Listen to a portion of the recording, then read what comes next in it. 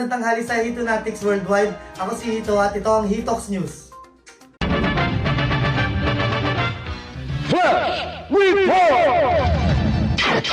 Renzo, nagluto ng itlog, naging manok. Coach Pakbet, ayaw na ulamin ng ulam na pakbet. At DJ, magdi-DJ na lang daw.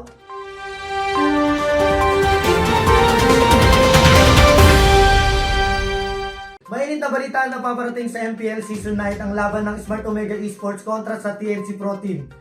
Nakatutok si Robby. Robby, pasok!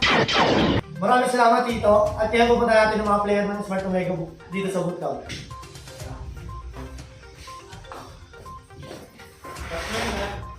Diretso, tatanong natin diretso. Reds, anong pinag-aandaan niyo ba yung darating na week 1 ng TNC sa MPL Season 9? Siyempre hindi. Maraming magandaan. Ba't mo naman hindi pinag-aandaan? Lakas-lakas namin. Eh, baka lang lakas-lakasan ka lang.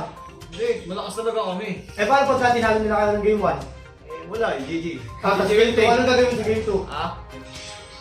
Nalaban pa rin siya. Eh, paano natalo kami ng Game 2? Tapos dumating na yung Game 3. Eh, nanalo na kami ng Game 2 nun. Eh, kunyari natalo kayo. Game 2. Natalo kayo.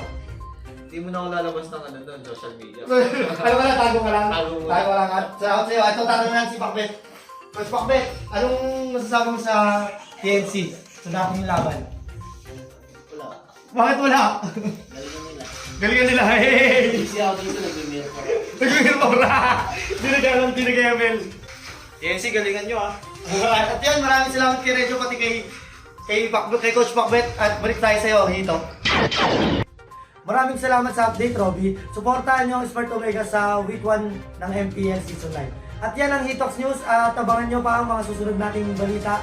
Maraming salamat. One Shot, Omega.